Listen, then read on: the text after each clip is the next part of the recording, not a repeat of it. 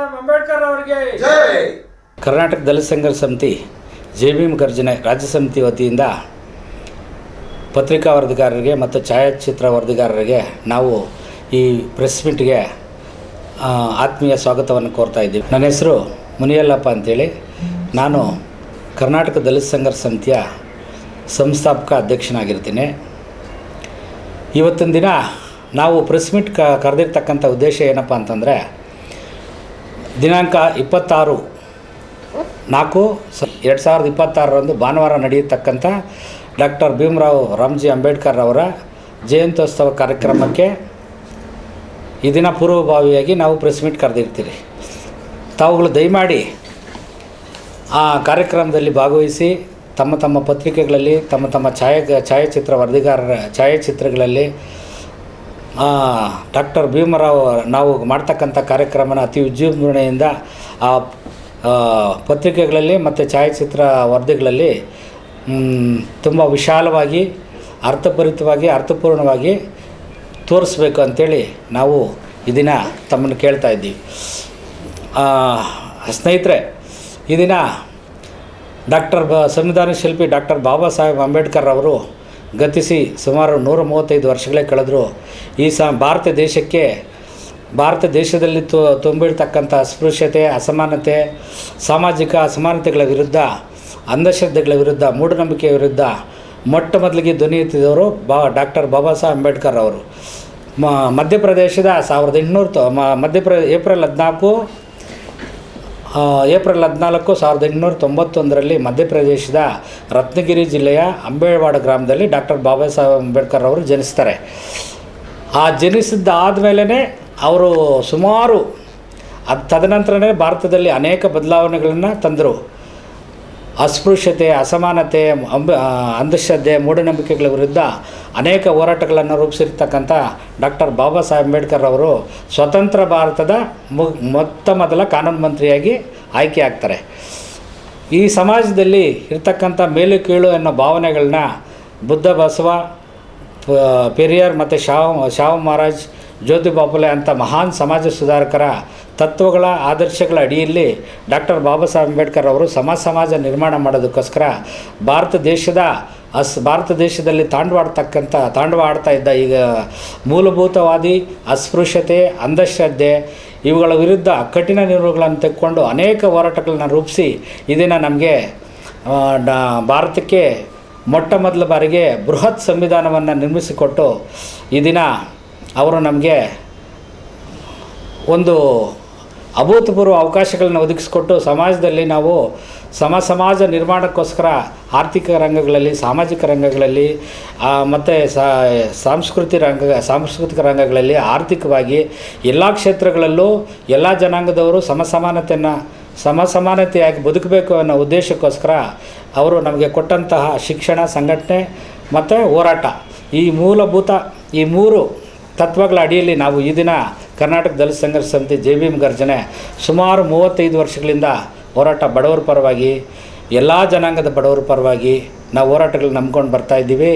ಈ ದಿನ ತಮ್ಮ ಪತ್ರಿಕೆಗಳಲ್ಲಿ ಮತ್ತು ಛಾಯಾಚಿತ್ರ ವರದಿಗಳಲ್ಲಿ ದಿನಾಂಕ 26 ನಡೆಯುವ ಕಾರ್ಯಕ್ರಮಕ್ಕೆ ದಯಮಾಡಿ ತಾವೆಲ್ಲ ಭಾಗವಹಿಸಿ ನಮ್ಮ ಕಾರ್ಯಕ್ರಮದ ಕ್ಷಣ ಗಣನೆಗಳನ್ನು ತಮ್ಮ ಪತ್ರಿಕೆಗಳಲ್ಲಿ ಮತ್ತು ಛಾಯಾಚಿತ್ರಗಳಲ್ಲಿ ವರದಿ ಮಾಡಬೇಕಂತೇಳಿ ಈ ಮೂಲಕ ನಾನು ತಮ್ಮಲ್ಲಿ ಕೋರ್ಕೊಳ್ತಾ ನಾನು 2 ಮಾತುಗಳನ್ನು ಮುಗಿಸ್ತೀನಿ. ಜೈ ಭೀಮ್, ಜೈ ಭಾರತ್.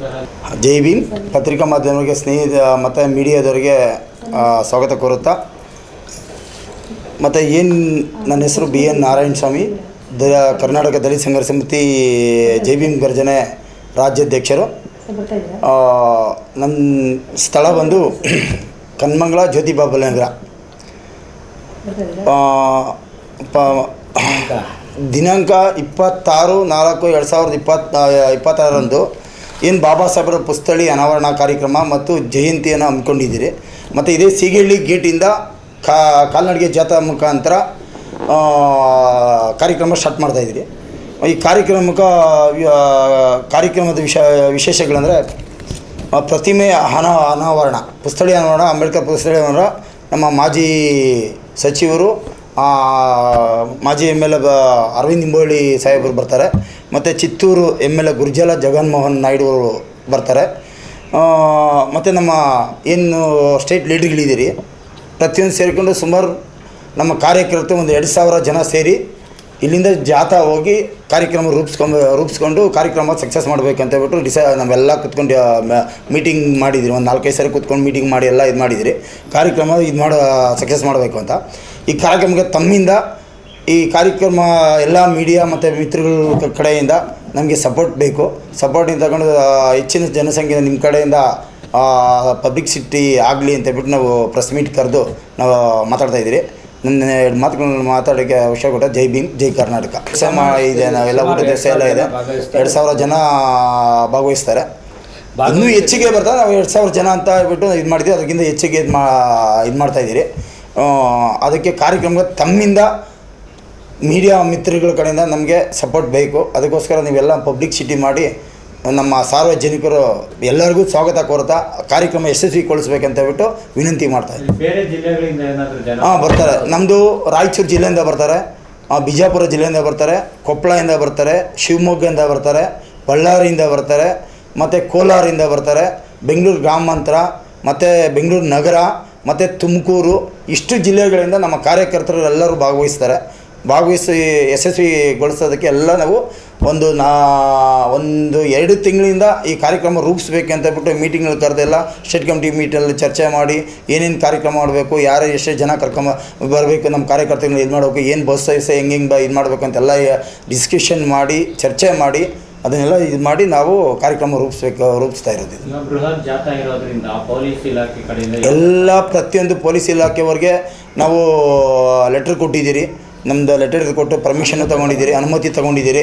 ಮತ್ತು ನಮ್ಮದು ಇನ್ನೊಂದು ಏನಂದರೆ ನಮ್ಮ ಬಾಬಾ ಸಾಹೇಬ್ ಅಂಬೇಡ್ಕರ್ ಪುಸ್ತಳಿಯನ್ನು ಆನೆ ಮೇಲೆ ಅಂದರೆ ಆನೆ ಮೇಲೆ ಮೆರವಣಿಗೆ ಇಟ್ಕೊಂಡಿದ್ದೀರಿ. ಇಲ್ಲಿಂದಲೇ ಜಾಥಾ ಇದರಿಂದಲೇ ಮೆರವಣಿಗೆ ಮಾಡ್ಕೊಂಡು ಹೋಗೋದಂತ ಎಲ್ಲ ನಾವು ಪರ್ಮಿಷನ್ ಎಲ್ಲ ತೊಗೊಂಡಿದ್ದೀರಿ. KEBಗೂ ಕೊಟ್ಟಿದ್ದೀರಿ. ಪ್ರತಿಯೊಂದು ನಮ್ಮ ಪಂಚಾಯತಿಗಳಿಗೆ ಏನು ಕಟ್ಟಡಗಳು ಹಾಕಬೇಕು ಅಂತ ಎಲ್ಲ ಪಂಚಾಯತಿ ಕಡೆಗಳಿಂದ ಯಾವ್ಯಾವ ನಮ್ಮ ಏರಿಯಾ ಬರುತ್ತೆ ಪಂಚಾಯತಿ ಹಿಂಸ ಬರೋ ಕಡೆಯಿಂದ ಎಲ್ಲ ನಾವು ಪರ್ಮಿಷನ್ ತೊಗೊಂಡು ಲೆಟ್ರ್ ಕೊಟ್ಟು ಪರ್ಮಿಷನ್ ತೊಗೊಂಡಿದ್ದೀರಿ. ತೊಗೊಂಡು ನಾವು ಕಾರ್ಯಕ್ರಮ ಸಕ್ಸಸ್ ಮಾಡೋದಕ್ಕೆ ನಾವು ಇದು ಮಾಡ್ತಾಯಿದ್ದೀವಿ. ಇವರ ಆನೆನ ಇದು ಮಾಡಿ ಅದ್ರ ಮೇಲೆ ಪುಸ್ತಳಿ ಇಟ್ಕೊಂಡು ಮೆರವಣಿಗೆ ಮಾಡಬೇಕಂತ ರೂಪಿಸ್ಕೊಂಡಿದ್ದು ಕಾರ್ಯಕ್ರಮ ಇಲ್ಲಿಂದ ಸ್ಟಾರ್ಟ್ ಮಾಡಿದ್ದೀರಿ. ಮತ್ತು ನಮ್ಮ ಬೆಂಗಳೂರು ಪೂರ್ವ ತಾಲೂಕು ನಮ್ಮ ಏನು ಬಂಧುಗಳಿದ್ದಾರೆ, ಆ ಮಾದೇಪುರ ಕ್ಷೇತ್ರ, ಕೇರ್ಪುರಂ ಕ್ಷೇತ್ರ ಆಗ್ಬೋದು, ಇಡೀ ನಮ್ಮ ಬೆಂಗಳೂರು ಪೂರ್ವ ತಾಲೂಕದು ಬಂಧುಗಳೇನಿದ್ದಾರೆ, ನಮ್ಮ ಕಾರ್ಯಕರ್ತರು, ನಮ್ಮ ಸಂಘಟನೆ ಎಲ್ಲ ಏನು ಒಕ್ಕೂಟ ಇದ್ದಾರೆ, ಪ್ರತಿಯೊಬ್ಬರು ಈ ಕಾರ್ಯಕ್ರಮ ಯಶಸ್ವಿಗೊಳಿಸ್ಬೇಕಂತ ಹೇಳ್ಬಿಟ್ಟು ಕೇಳಿಕೊಂಡು ಪ್ರತಿಯೊಂದು ಈ ಕಾರ್ಯಕ್ರಮಕ್ಕೆ ಪ್ರತಿಯೊಬ್ಬರು ಬಂದು ಈ ಕಾರ್ಯಕ್ರಮ ಯಶಸ್ವಿಗೊಳ್ಬೇಕಂತ ಕೇಳುತ್ತಾ ನಾನು 2 ಮಾತುಗಳು ಮುಗಿಸ್ತಾಯಿದ್ದೀನಿ. ಮೊದಲಿಗೆ ಮಾಧ್ಯಮ ಮಿತ್ರರು ಮತ್ತು ಪತ್ರಿಕಾ ಮಿತ್ರರಿಗೆ ಭೀಮ ಸ್ವಾಗತ ಬಯಸುತ್ತಾ, ಈಗೇನು ನಮ್ಮ ರಾಜ್ಯ ಸಂಸ್ಥಾಪಕ ಗೌರವಾಧ್ಯಕ್ಷರಾದಂಥ ಶ್ರೀ ಗಳ್ಳಿ ಮುನಿಯಲಪ್ಪನವರು ಮತ್ತು ರಾಜ್ಯಾಧ್ಯಕ್ಷರಾದಂಥ BN ನಾರಾಯಣಸ್ವಾಮಿಯವರು ಮಾತಾಡಿದ ಹಾಗೆ ನಾವು 26 ಏಪ್ರಿಲ್ 2026ರಂದು ಬೃಹತ್ ಜಾಥಾದ ಮೂಲಕ ಶಿಗಳ್ಳಿಯಿಂದ ಜ್ಯೋತಿ ಬಾಪಲೆವರೆಗೂ ಬಾಬಾ ಸಾಹೇಬ್ ಅಂಬೇಡ್ಕರ್ ಅವರ ಪುತ್ಥಳಿ ಅನಾವರಣ ಮತ್ತು ಜೊತೆಯಲ್ಲಿ ಸಮಾವೇಶ ಮತ್ತು ಅಂಬೇಡ್ಕರ್ ಜಯಂತಿಯನ್ನು ಆಚರಿಸ್ತಾ ಇದ್ದೀವಿ.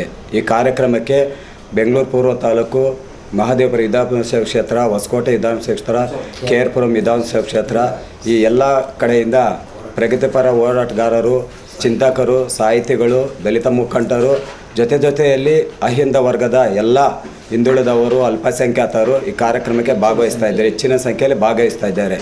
ಈ ಕಾರ್ಯಕ್ರಮವನ್ನು ನಾವು ರೂಪುರೇಷೆಗಳನ್ನು ಸುಮಾರು ಒಂದು 2 ತಿಂಗಳಿಂದ ಕೈಗೊಂಡು ಎಲ್ಲ ಒಂದು ಒಮ್ಮತಕ್ಕೆ ಬಂದು ಈ ಕಾರ್ಯಕ್ರಮನ ಹಮ್ಮಿಕೊಂಡಿದ್ದೇವೆ. ಈ ಕಾರ್ಯಕ್ರಮಕ್ಕೆ ತಮ್ಮ ಸಹಕಾರ ಬಹಳ ಮುಖ್ಯ. ಯಾಕಂದರೆ ನೀವು ಎಷ್ಟು ನಮ್ಮನ್ನು ಪ್ರಚಾರಗೊಳಿಸ್ತೀರೋ ಅಷ್ಟೇ ಹೆಚ್ಚಾಗಿ ನಮ್ಮ ಸಂಘಟನೆಯನ್ನು ಕಟ್ಟಲು ಮತ್ತು ರಾಜ್ಯ ಪ್ರವಾಸ ಕಂಡು ನಾವು ಜನಗಳ ಆಗು ಹೋಗುಗಳಿಗೆ ಸ್ಪಂದಿಸಲು ನಮ್ಗೆ ಸಹಕಾರ ಆಗುತ್ತೆ. ಯಾಕಂದರೆ ಬಾಬಾ ಸಾಹೇಬರ ಕಾರ್ಯಕ್ರಮಗಳಂದ್ರೇ ಮಾಧ್ಯಮದಲ್ಲಿ ಯಾರೂ ಪ್ರಚಾರ ಮಾಡೋದಿಲ್ಲ.